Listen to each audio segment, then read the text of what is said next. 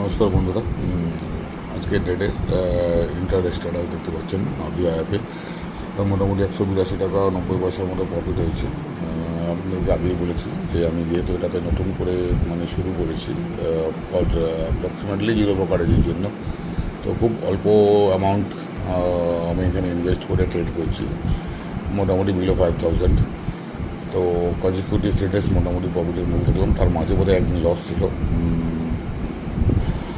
আর যেহেতু এর এখনও পুরোপুরি ইন্টারভেস্টটা আমার এখনও পুরোপুরি কন্ট্রোলে আসেনি, সেই জন্যই অল্প অল্প করে করছি। যদি এখনও পুরো ইন্টারভেস্টটা নিতে পারি, আশা করি আগামী দিনে বেরিয়ে যাবো।